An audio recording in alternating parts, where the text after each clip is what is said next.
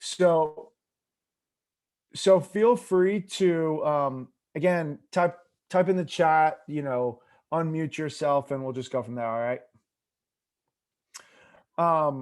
Well, first off, I want to shout out to Aria. And I want to give like just a real honest uh compliment to Arya. So him and I, we've been going back and forth for a year or so, and he found Adventures in CRE and me because he attended a Baruch College um, slash ACRE webinar that they posted online, and I think number one, the biggest lesson I took away from that was, man, he's resourceful. He doesn't even go to Baruch and he's on a Baruch webinar and connecting with people like Michael and Spencer and ACRE. And that says a lot. And I've seen that habit more and more in him.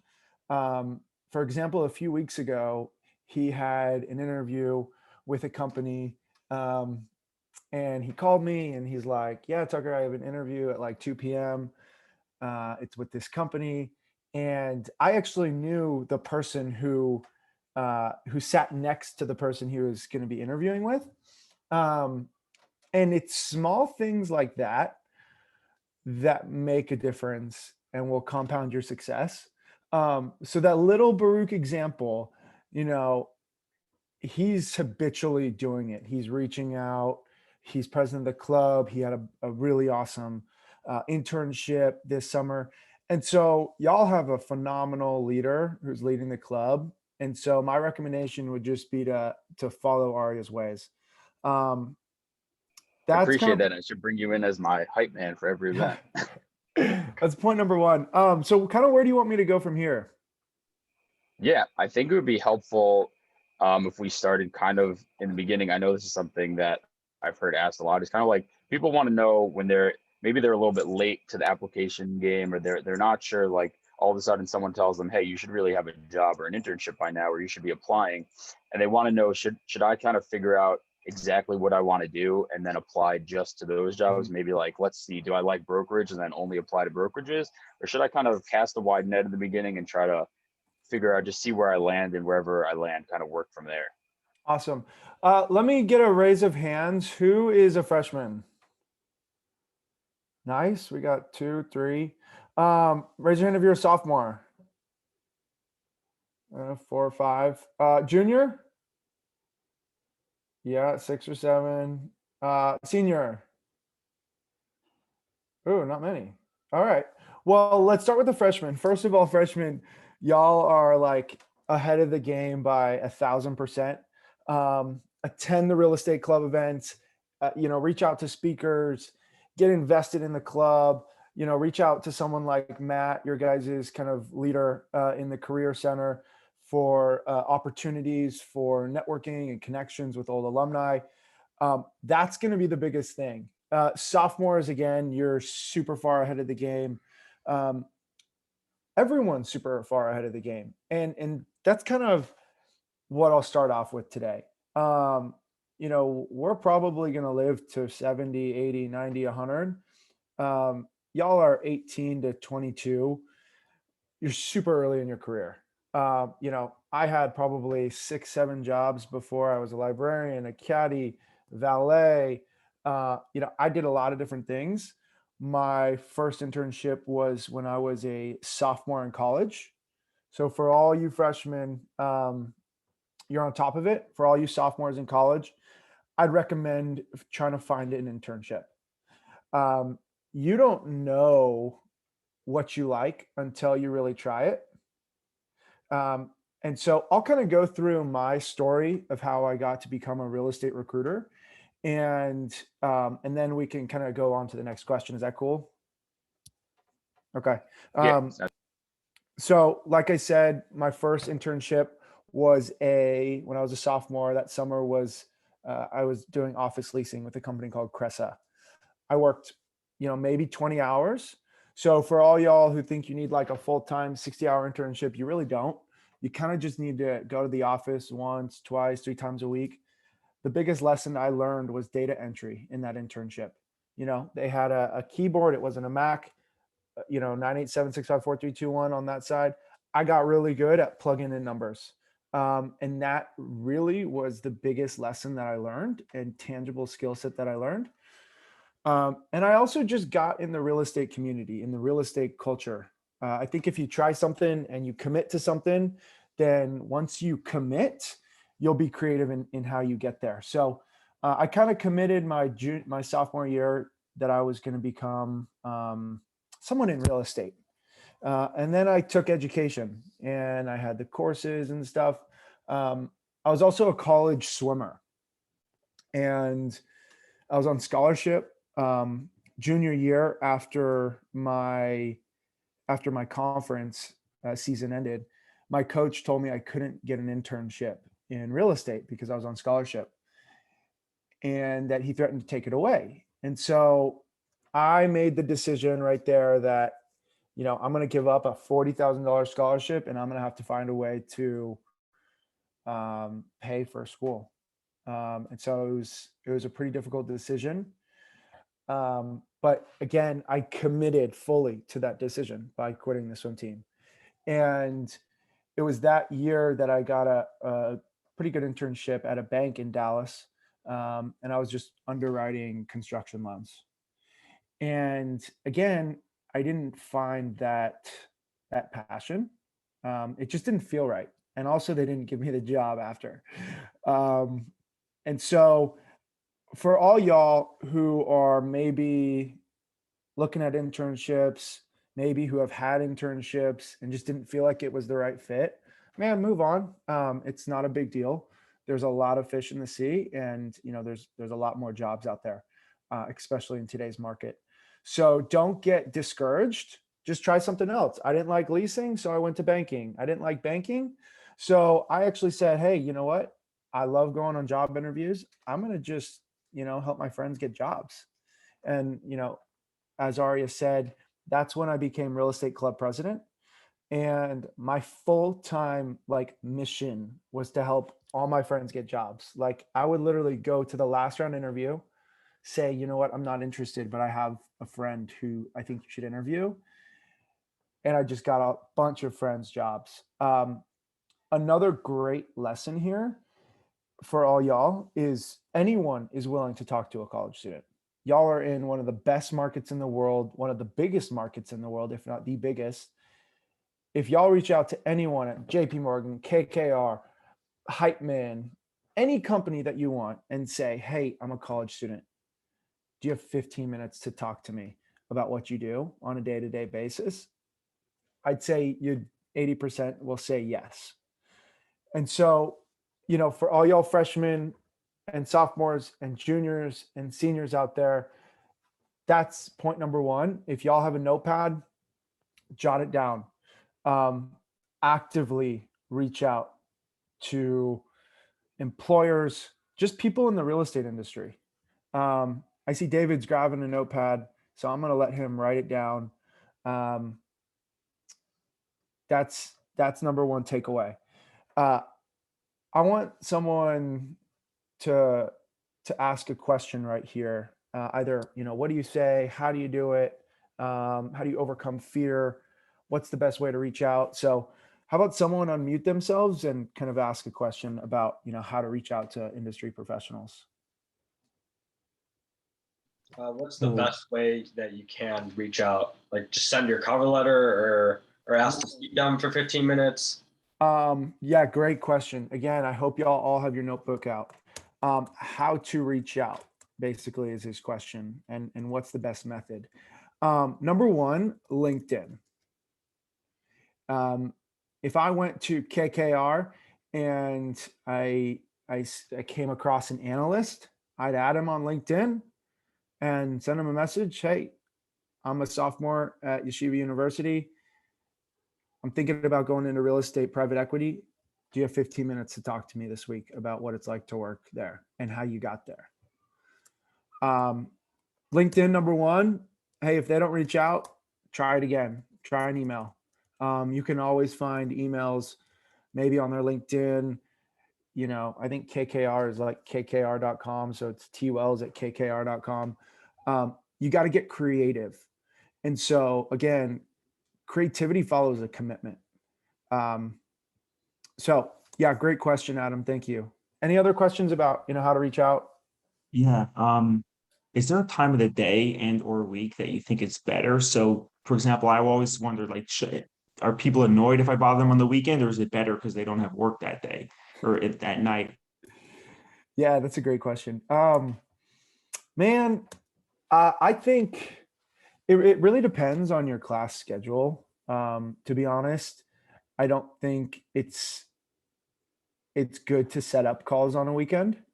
So David, if you're trying to reach out, let's just say to Sammy who works at JP Morgan, and you say, "Hey Sammy, I can only talk on a Saturday or Sunday. Does that work for you?" I don't think that's good. Um, However, you can reach out on LinkedIn and on email on a Saturday. If I woke up and I said, "Hey, from 8 to 12, I'm going to reach out to people on LinkedIn all day," and it's Saturday morning, I think that's perfectly fine. Thank you. But time of the day, I think it's always going to be important for you guys to schedule calls first thing in the morning. And I say that just because people's minds are a bit more clear and, less work is on them. So, again, you might want to even structure that LinkedIn message and say, "Hey, this is David from Yeshiva University. Um, I'm wondering what it took for you to get this job. Do you have 15 minutes to chat with me during a morning commute or next Thursday between 9 to 11 a.m. Eastern time?" So always, be proactive and say, "Hey, how about you call me during your commute? How about I send you a calendar invite? How about I reach out at 9 a.m.?" And so just be proactive and kind of have a next step in mind. And I would add also on what Tucker's saying, I think sometimes people get discouraged. They connect with a couple people, they send a couple messages, and maybe they don't hear back. You have to realize that your hit rate's not going to be like 80%. It might not even be 50%. You got to just find a bunch of people you want to connect with. And then if 1 or 2 out of every 10 respond, you're way ahead of the game. Definitely. Yeah. If your network is your net worth, then you want to build that network. Yeah. And it all starts by everyone. Like sometimes people will say to me, "Well, I only have like 30 connections on LinkedIn. Like no one's going to respond to me." You have to start somewhere. And especially, it doesn't matter if you're a freshman or even you're a senior at this point, like you just have to start somewhere. Make sure your profile looks clean, put on a nice cover photo, have a good picture, make sure your bio looks like it makes sense, and then just start adding people. A lot of people will just add you back because your name looks familiar, your picture looks familiar, your page just looks clean. But if you have like no profile picture, no cover photo, and it just says like student, like no one's going to add you back. So you got to just slowly build it up, and then you kind of progress from there. Yeah, that's a great point. All righty. Well, thanks for those questions. I'll kind of go on to my next point. And so again, after 2 internships in real estate, I didn't find that like, "Hey, I want to go all out on this job." Some of you guys might find that early. That's when you know to go all in on it. And that's kind of how I found recruiting. As a real estate club president, man, I was knocking on doors, going into companies, same exact pitch. I said, "Hey, this is Tucker. I'm with SMU, the real estate club president." And even if you're not a real estate club president, say I'm VP of communications or I'm VP of external networking or I'm the marketing person for our real estate club. That's all you have to say. And I said, "Hey, can I bring in 5 to 10 of my friends and you guys can tell us about your company?" And, they're always like, "Hey, yeah, I'd love to do that. We'll even provide lunch for you." And so maybe one of you guys on this call actually does that. Maybe you guys say, "Hey, in November and December, every week, we're going to go to Manhattan and we're going to go check out a different company's office, or we're going to have a different speaker." That's something that one of you guys could step up and do. Maybe a freshman or sophomore who isn't that busy, or a junior who feels like they're behind. This is a perfect way to step up, number one, to show leadership, number two, and to follow up with people. because no one's ever gonna forget like meeting you in person. Oh yeah, like you were that student who organized this really cool event. Um, and so it's actually really simple. Um, all it takes is one yes, and then you'll find momentum. And so that's going to be, one of you guys on this chat is actually going to step up and make it happen, and your personal, professional, financial, goals will come about due to that. And so that's what I'd challenge one of you guys just to step up and maybe coordinate with the club. And um, yeah, that's kind of point number two. And following that experience, it came easy to me. I'm really personable. I know my strengths, and man, I started a recruiting business. I asked my grandparents for some money because I have student loans, and I I was living off of about $2,000 a month, and I found my first client. I placed 14 people with them. I found some more clients at networking events. I got referrals because I did a good job. Um, and next thing you know, I'm always coming across this company called Adventures in CRE. And I'm like, all right, who are these guys? And so, you know, what do I preach to you guys to reach out? I did that to myself. I literally called Spencer Burton, um, and I said, hey, this is Tucker Wells. I'm a real estate recruiter. I keep coming across your guys' site. I see you have a training program. And if there's anyone in this training program who you think I could place in jobs, please send them my way. Um, he ended up getting right back to me. We met in person.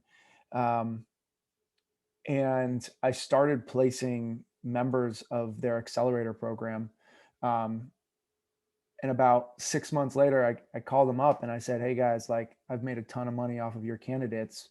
I think this is something, I think recruiting is a venture that ACRE should participate in. And next thing you know, COVID starts and they're like, Tucker, come on board. We want to hire you. And so that's how I got to Adventures in CRE. It took me about 4 years of recruiting to kind of find Adventures in CRE. During those 4 years, I built a business plan. I knew every competitor in the recruiting market, in the training space. And so when ACRE came about, I was prepared. If they say luck equals preparation plus opportunity, I was prepared because I pitched them my business plan. I pitched them my vision for ACRE. And the opportunity came about because I went and seized that opportunity. And so, again, that's going to be another lesson, is you got to be prepared. So Can I jump in, Tucker? Yeah, please. I was gonna say, for some people, I know for myself until probably recently, also like they might find themselves they're nervous, they don't want to reach out to people, they're afraid of getting rejected. They feel like if they call someone up, they might tell them to like go away. They don't want to deal with them. Like, how did you deal with that fear of rejection or just reaching out to people? It sucked. I'll be honest with you guys. It was really hard. Um, thankfully I have an athletic background. And so I was used to pushing myself past the point of exhaustion every day. And I kind of just got used to it. Um, but when I had one success, literally just one success, it made up for all the other poor successes, or failures. There's one really good example. I told this company that I would have 8 of my friends at their office on Friday morning at like 11 o'clock. In college, the big party night was Thursday. And so it was 10 o'clock. I picked up all my friends and my one friend wasn't answering. And I'm like, dude, I don't want to look bad in front of this employer. Like, my friend's got to come. So I'm not kidding. He was a freshman at the time, or a sophomore, living in the dorms. I went to go knock on his dorm window. He ends up getting an internship there. Today, 3 years later, he's had 2 internships there and has worked there for 3 years. And so that's just an opportunity. That's like a testimony of, hey man, like you're going to get a bunch of no's. You're going to get like a few yeses, and those yeses are going to propel you to the next level. In 2020, I placed 6 people in executive level roles in real estate. Just 6 people. Some of you guys might not think that's a lot, and it's not really a lot, but I made 1,500. I talked to 1,500 people to place 6 people. And so, that's like 1 in every 250 or even higher than that. And so you guys just got to know going into it, like you're going to get rejected. Um, and you got to just move on, quite honestly. Yeah, for sure. So again, guys, point number 3 is, hey, find a way to add value. With Adventures in CRE, I reached out. I asked, hey, can I place some of your people? I found a way to add value. I did it over and over again without any expectation in return. And next thing you know, they're calling me to join their team and literally become a partner. And so if you guys find ways to add value now, like, hey, I'm going to go bring 4 of my friends and we're going to go visit KKR's office in Manhattan. That's a way to add value because you're helping them recruit. Another way to add value potentially is to, show up at their office and say, hey, is there anything I can help you with? I'm a college student. I'm looking for an internship and I'll totally work for free. It's another way to add value.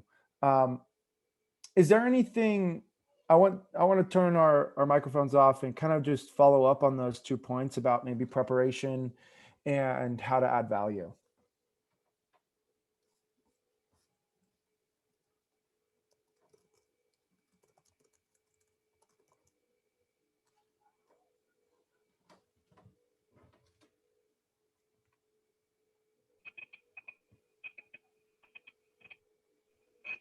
Joseph Goldstein, how about you? Talk to me, man. I don't really have a question. I'm just here to learn. What do you want to learn? I've done a little bit of work in the acquisition side, more of a title work for a real estate company. I'm just trying to broaden my view on other interests in the field. Okay, perfect. What year are you? I'm a junior. Awesome. Do you have any specific interests that you do want to learn more about? I feel like I want to get away from more of the sitting behind the desk and paperwork role of real estate. Like I said, I did a little bit of title work. I've also done a little bit of work in property management for real estate. I found being out in the field a lot more rewarding, entertaining. So I'm trying to figure out what type of role can I go after there that's available, I guess. Man, I love that transparency. And thank you for, just speaking up. I think a few lessons to take away from there for everyone here is, dude, he was sitting behind a desk all day and he didn't want to do that. Some roles in real estate, be it accounting, be it, really analyst work at an institutional level, man, you're probably at your desk for 80 to 120 hours a week. And so, I'd recommend checking out perhaps brokerage. Those guys are talking to people. They're in the industry. They're going to the networking events. And so maybe even, reach out to some brokers and ask them, hey, how often are you at your desk? Questions like that, actually will really help. When you're on your phone with, hey, let's look at developers. Hey, ask them, how often are you at your desk? Brokers, how often are you at your desk? Property managers, how often? Asset managers, private equity people. You'll see a lot of them say, hey, I'm at my desk 20 hours a week, 50 hours a week, 75. I'd recommend going with the one that's 25 hours a week if that's kind of what you want.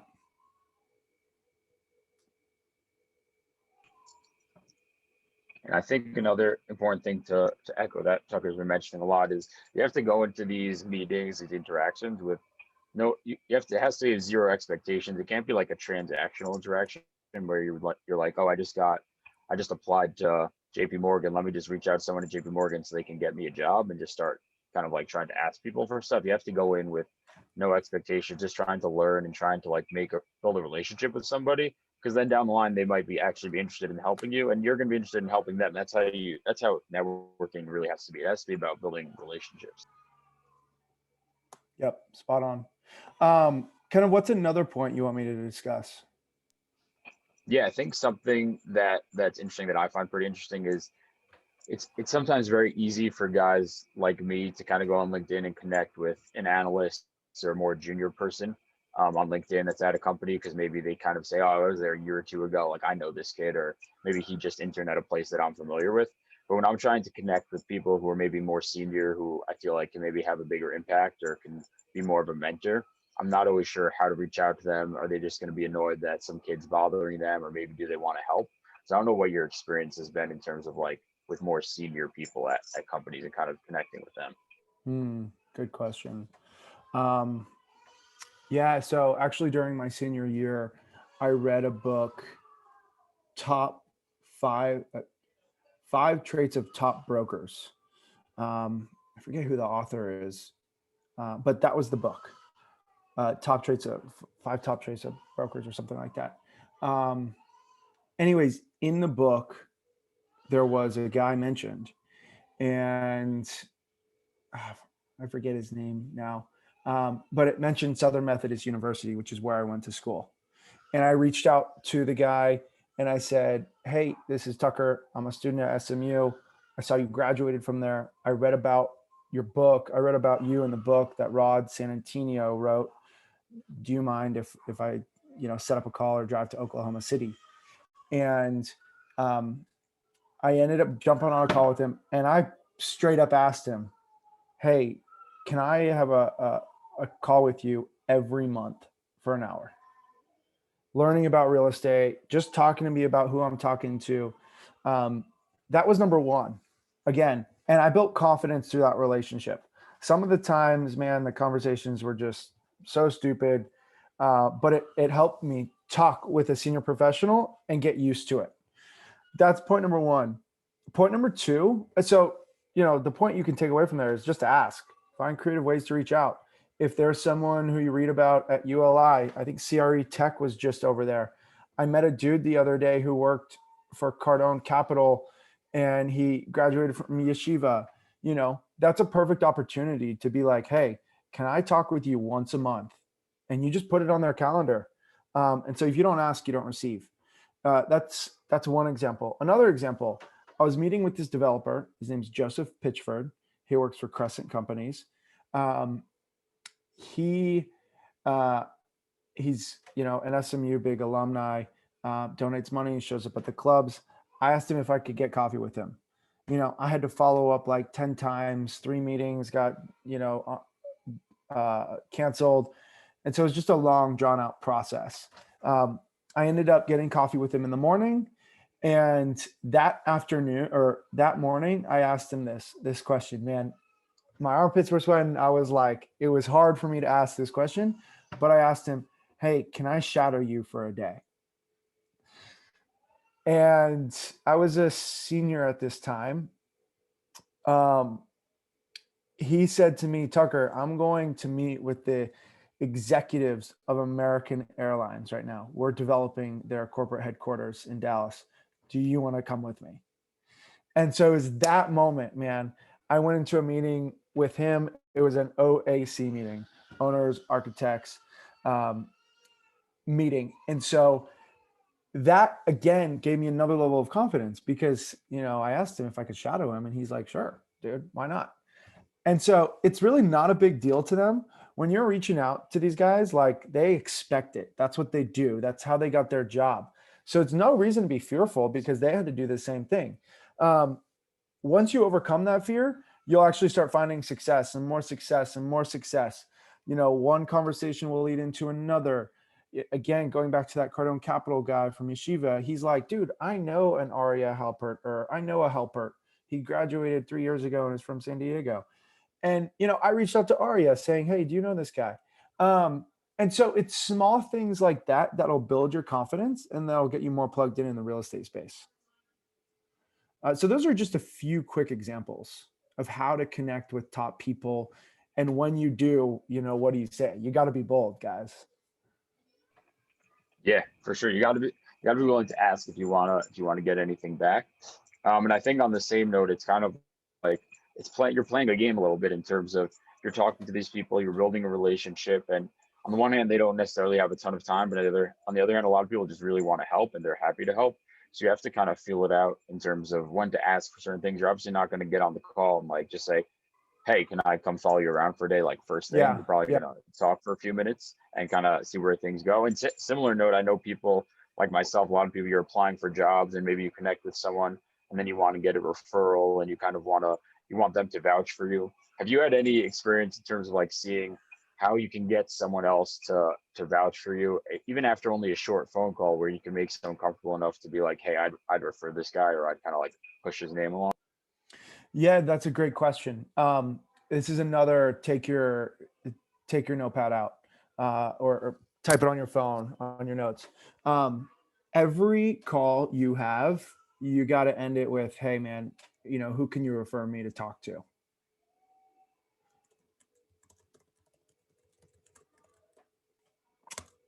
You could also add to that, Joseph, in brokerage, in asset management, in development, in Miami, in San Francisco, and get that name on the phone. Hey, man, like, do you mind pulling up your LinkedIn right now? Who's one connection that you'd recommend I talk to in real estate development in San Francisco? So always end with that. Again, guys, this is a game of like chess. Who do you know? Who do you know? Who do you know? Who do you know? And then it's checkmate. I got my job. Check. Let's go. And then you gotta do that for someone else. So that's kind of what I'd say to that, Arya. Tucker? Yeah. Hey, you can go, bro. Moshi, Just got a quick question, if you don't mind. talk to me, brother. A lot of us most of us are students with some experience, not much experience. And you mentioned adding value. How do we add value if we don't have that much experience? Even some of us who do have experience, like we know that we're not that valuable. Yeah, that's a phenomenal question. Thanks for asking that. You are valuable though, and that's kind of what you gotta believe. You know how I add value, man, and people tell me this all the time. I show up, I radiate energy and passion and enthusiasm. And when you're with a team and you're saying, "Hey guys, like we got this," that's adding a ton of value right away. So you add value if you bring passion, energy, enthusiasm. These are intangible traits. You might not have like the most epic financial modeling and Argus skills in the world, and you probably don't. However, you might have a family member who is in real estate. You might have like the best attitude in the world, and when everyone else is giving up, you're like, guys, like, let's go. You push them.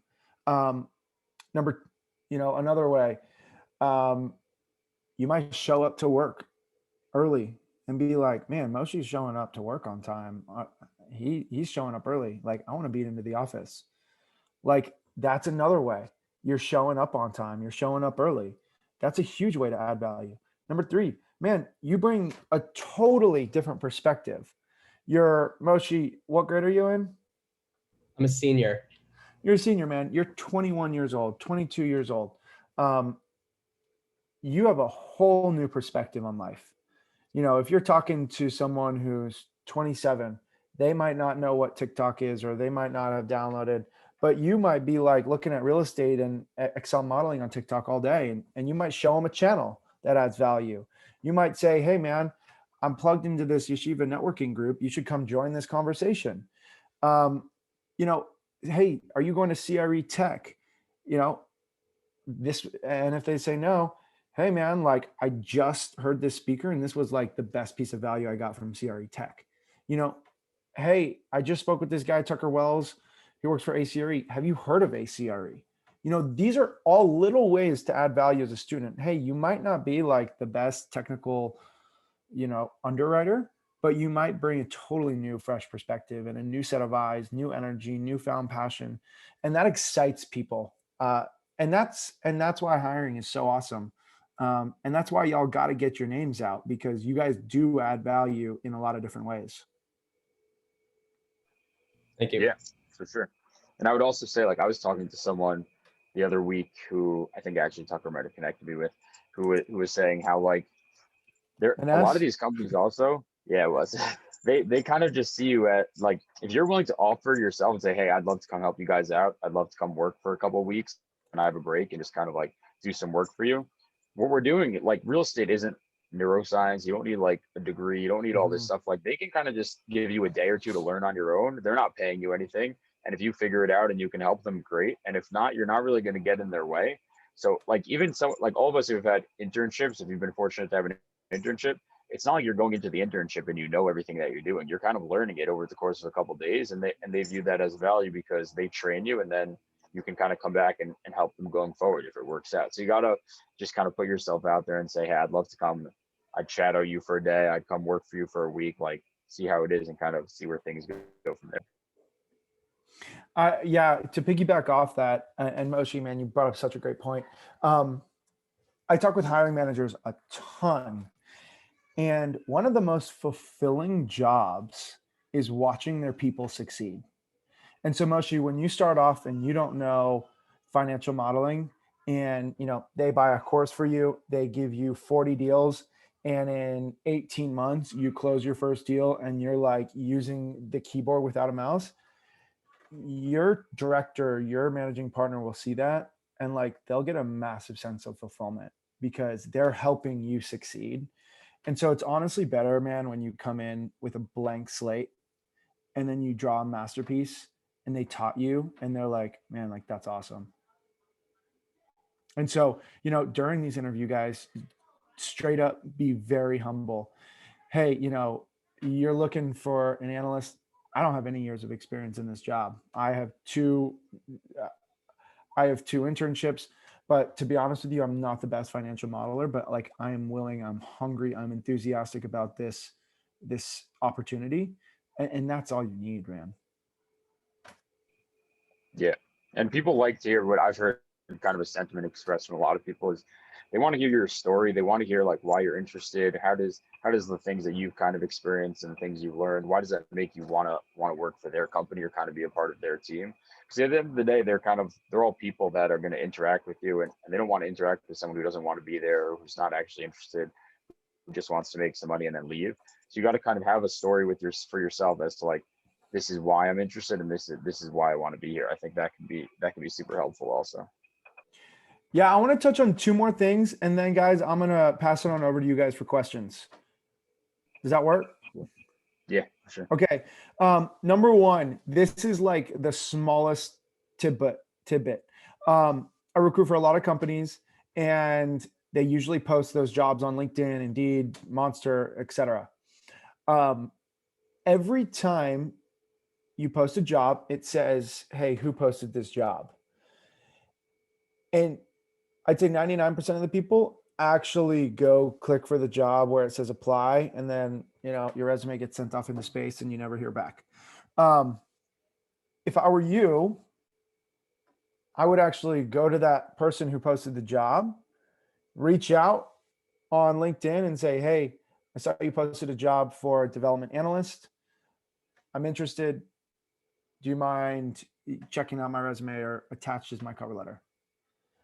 Every time that happens, the company then says, hey, Tucker, this candidate just sent me a message on LinkedIn. Can you reach out to them? That's like easiest trick in the book. No one knows it. Instead of pressing apply, reach out directly and apply through the hiring manager. That's point number one. Point number two, back to Arya's point, these companies want to hear your story. If I asked, let's see, who wants to give me their 30-second pitch on the spot right now? Ari, you're smiling. Felicia, you look like you want to do it. I can do it. Let's go, David. I actually have to present this in class tomorrow, so it's pretty crazy. All right, man. You got your backpack on. It looks like you're ready to go. Hi, my name is David Walkoff. I'm a licensed real estate agent, and I'm currently majoring in accounting with a minor in real estate. Last summer, I interned for TFE Properties, where I was able to further improve my ability to be strategic, persuasive, determined, and a team leader. I'm looking for an internship where I can contribute and be useful and gain more exposure to commercial real estate. Here's my card. Do you know of any opportunities that might be a fit? Nice, dude. I'm working on making it more natural, but Yep. That's pretty cool, dude. Thank you for doing that. That was quick. That was concise. It was brief. It spoke about who you were. Let's talk about this. Um, oh, David, if I was the hiring manager for one of your goal companies, how would you? That's more of like a networking. Hey, you're at a networking event, and this is who I am. All right, let's use this case study. You got an interview. That person's like, hey man, I love what you had to say. How about you come meet me in person? How do you transition into you're in an interview, sitting down side to side with him, and he asked me, tell you about yourself?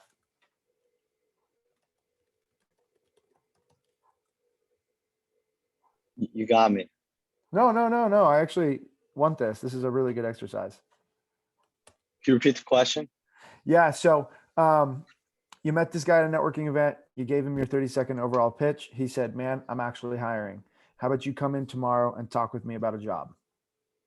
I think you keep it short and like just agree to go on to go talk to him and then prepare for that. Or Yeah, great. How do you prepare? He says, I'd tell me about yourself. I'd start by going over things that I'm interested in doing, things that I've done.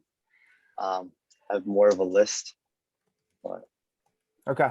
So that's where you're going to fall short.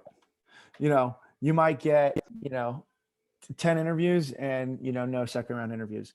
So going back to the preparation, that's going to be most people's biggest hiccups. You literally said things that I'm interested in doing, things that I've done, and that's not how you do it.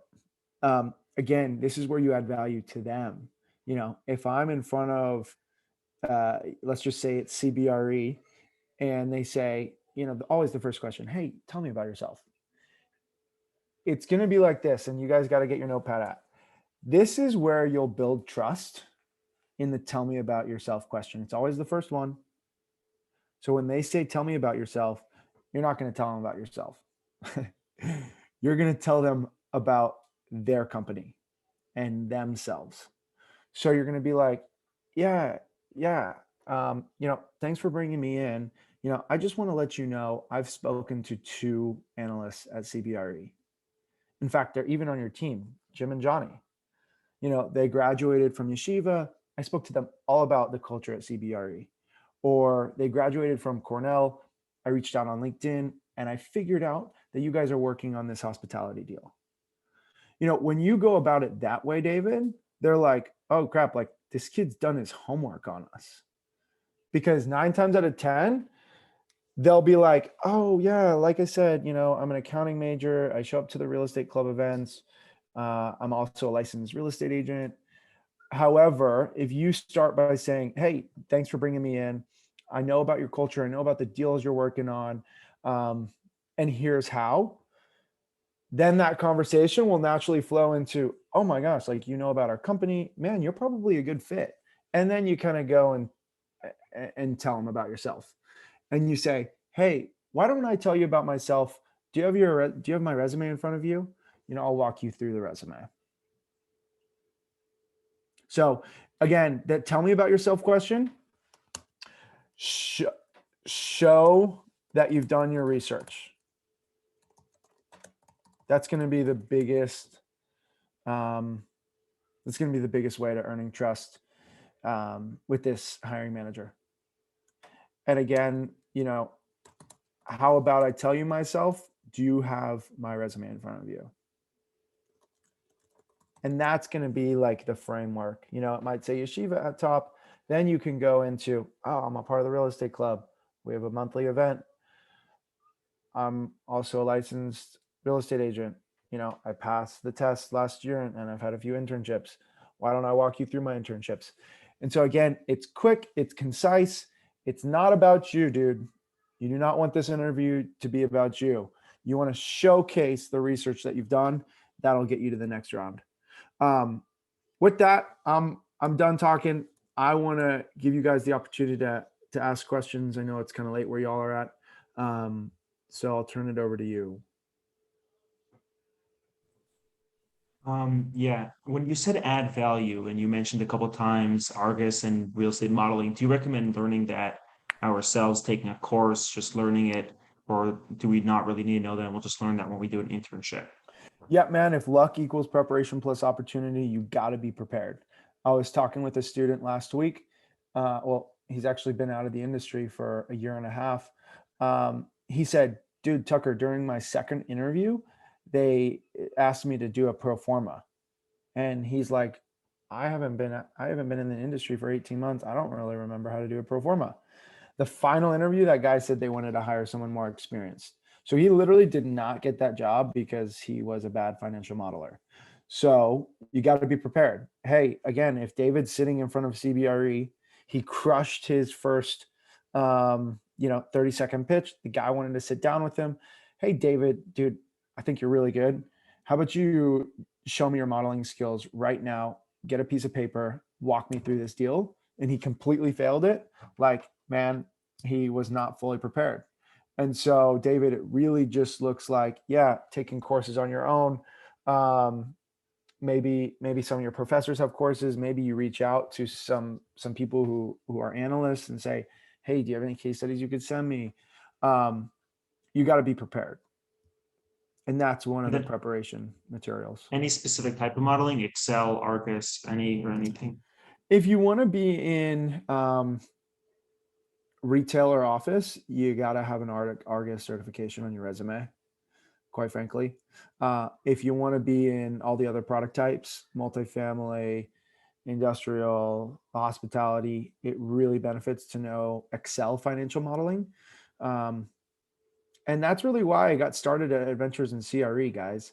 I was in a spot just like you. I was the worst financial modeler. My first job in development, I was awful at it. And I was like, I don't want to be bad at something. And so I quit and I went to recruiting because I was good at it.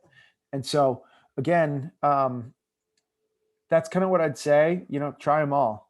If you don't like Excel modeling, go to brokerage and talk to people. But if you like sitting behind a desk and manipulating cash flows and looking at numbers, then, get good at modeling, either on Argus or Excel. Yeah, and I would say if you guys have questions about Excel modeling and stuff, like you can shoot me a message. There's lots of free resources, and then obviously there's great programs like Adventures CRE and stuff like that, which can really take you from A to Z. But definitely reach out. There's a lot of stuff out there. Yeah, guys, our website, 99.9% of the content is free. We have one paid real estate financial modeling course. I look at the free content, man. We have stuff about Argus. We have stuff about Excel. We have Watch Me Build, where we're actually taking you through this stuff. Maybe do a webinar or two, or a YouTube video or two, and just see if you like it. If you don't, then move on.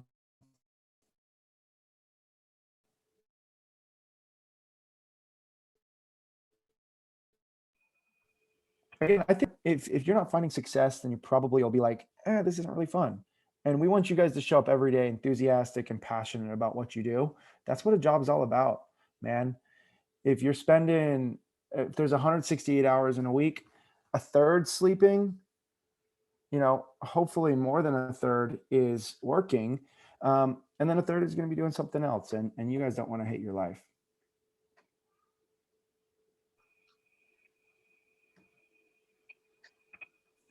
Anyone else? Any more want to jump in with questions? some questions? Yeah. Ari, talk to me. Hey, what's up, Tucker? Can you hear me?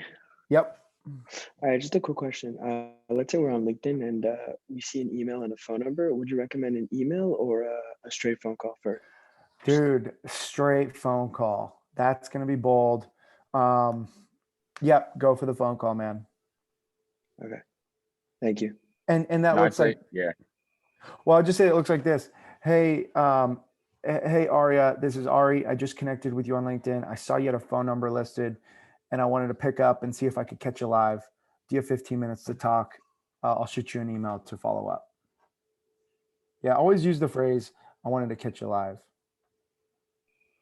yeah, and I know from my limited experience when I was at a brokerage, the person who I was working for would always say, like, he would get so upset if I tried to send someone an email, because when people see an email from someone they don't know, like, they're not really going to open that. When they get a phone call, if they're answering the phone, you already kind of have them, and now, like, okay, you at least have 10 seconds to convince them why not hang up on you. So it's definitely worth it to try to call that. I think someone actually I knew when I was networking somewhere, I spoke to him on the, like, I sent him a couple emails. He didn't respond at first, and then we had like a mutual connection. So eventually we set up a call, but he actually wouldn't respond to any of my emails because he wanted me to just cold call him. So he just he wouldn't respond until I like called him again. So some people just kind of want to hear you connect with them. Yeah, and another thing you guys might find yourself in the shoes is like when you're reaching out to these people, you're like, all right, what do I say? You know, a lot of us probably have Macs, and there's a really great app called Notes. I would literally copy and paste a response that's like, hey, again, this is Tucker. I'm a student. Can I have 15 minutes of your time to learn about your job? Most of y'all will sit and be like, all right, I need to send a perfect email. And then you'll start sweating over it. You'll get anxious. You'll start deleting, and it'll just be like a 30-minute process when it could have just been like, you know, copy and paste, and you could have sent it to 10 people. So that's another quick trick that I might use. Yeah, and I was talking to someone from a big brokerage the other week also. He was saying the same thing, how like in the beginning he would spend so long drafting up these emails, and by the end he was like sending off like 100 emails a day, like, because people aren't gonna, like, unless you really are disrespectful and you really have no etiquette, people just see, okay, it's a quick email, like, hey, this is RA, I'm interested in learning more about the things you do, like the stuff you're working on, like, let me know if you have 5 minutes. Like, it doesn't need to be dear Mr. whatever, I hope, like, it doesn't need to get all crazy formal. And I, like, if you look at my old emails, I was doing that, and like people were still responding, which is crazy to me when I look at it. But yeah, you just got to be like simple, and they don't want to see a 12 paragraph email from you. They don't have any time. Give them 2 sentences, and they'll respond to that. Yeah, that's funny. Have many of you guys found that you guys do that? Maybe. Yeah, a few. Okay. Yeah, don't overthink it. Anything else, guys? Feel free to connect with me on LinkedIn. If you have any questions, shoot them over. If you guys ever have like a mock interview and you're like, Tucker, can you help prepare me? Like, I'm always down to hop on a phone with y'all. Literally my mission, and I'm only 27 years old. My mission is to really help like all college students get jobs. And that's what ACRE is coming into, guys. We're coming out with a company database that literally has every the goal is to have every real estate company kind of database in terms of, hey, this company is zip code is this, address, Manhattan, acquisitions, mortgage company, private equity. And so someone like you can be like, Tucker, I want to be in Manhattan, I want to be in real estate private equity, and I want to be in hospitality. And so you'll be able to see all the 15 companies that are in that market. So we're doing some really cool things, guys. I want to know you. I want to connect with you. I want to be a resource for you when the time comes. So feel free to shoot me a connection. If you have any questions, let me know. And thanks for having me. If there's any questions, we'll take them. Thank you. Thanks, David. You're the man. Thank you so much. Appreciate it. Thanks, Gavin. Thank you very much, Tucker. Yeah, Daniel. Thank you. so much. And Alicia. Thank you. Thank you. I learned a lot out of today. Thank you so Thank much. you very much. Adam, what was your one biggest takeaway? My one biggest takeaway was I have to network with all my hearts. Be bold. Yeah, be bold. I'm gonna be bold. Good, dude. I'll expect a Thank call you. tomorrow. All right. You bet. Bye-bye. Thank you. Have a good night. All right, guys. Thanks. Aria, thanks for helping us set this up. Okay. I have a quick question, if that's okay. Yeah, Moshe. So considering I'm a senior and I had an internship last summer, and I was competing with a lot of people who came from very prestigious schools. And as I'm sure you know, Yeshiva University, it's not really like on that map and that caliber in that sense. Would you recommend some of those masters of real estate programs? I know Columbia and NYU have one. Do you think that's a good idea? No, I don't. Man, both of those universities use our stuff. We talk to them. I think it's a cop out. At least for someone like yourself, man. You've participated today. You live in New York City. Sounds like you said you had an internship last summer Yeah, I worked at Starlight Investments. doing real estate. Yeah, I was on the Yeah. US Family Yeah. Yep. I think you'll do yourself a disservice by going and applying first year out of school. Most of the people we talk to, and man, you might take my advice on this or not. But here's one fact: during COVID, if you were graduating, let's see, last May or April, man, I would say freaking beeline towards NYU or Columbia because no one was hiring. But right now, the hiring market is the best it's ever been. And so I'm saying that because someone like you who has an internship, who is in New York City, who has a degree and active in the real estate club, you'll be able to get a job pretty quickly. If you put yourself out there, if you do kind of what we're talking about. Most people go and get that master's degree or MRed or MBA when they're pivoting.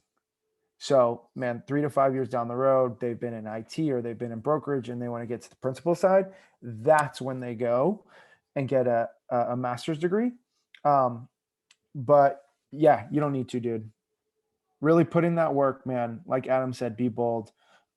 Reach out to 5 to 15 people a week and you'll get that job, dude. You have, I don't know, 6-7 months. Yeah, you can nail it. Thanks, Tucker. Thank you so much for coming tonight virtually. Yeah, guys. Have a good one. All right, Joseph. Thanks, guys. Tucker, can I ask you one more question? Yeah, go for it. It's a little bit less real estate oriented, more on a skill. It seems that you're very outgoing and your ability to convey information is very polished. Did you always have that ability, or is it something you have to work on? Dude, no. It was something I had to work on. You know, I'm from Arizona. People are like, dude, are you from California? Do you surf? Like, I'm just really, I don't know. I talk slow and chill, and people say that about me. However, I do a lot of public speaking. I do a lot of coaching. I'm on the phone a lot, and so those really help me in terms of being assertive, being confident, and just like making my words count. And so that's kind of to answer your question. No, it wasn't always like that at all. Yeah, I agree. Your cadence is slower, but I think that at the end of the day, it's much easier to comprehend what you're saying and pull an idea out of it than rather someone that speaks really quickly and is even formulated well. It's much harder to pull out what you want from it. Well, thanks, man. That's a big compliment. I appreciate Thank that. you for coming tonight. Yeah. What up, Ari?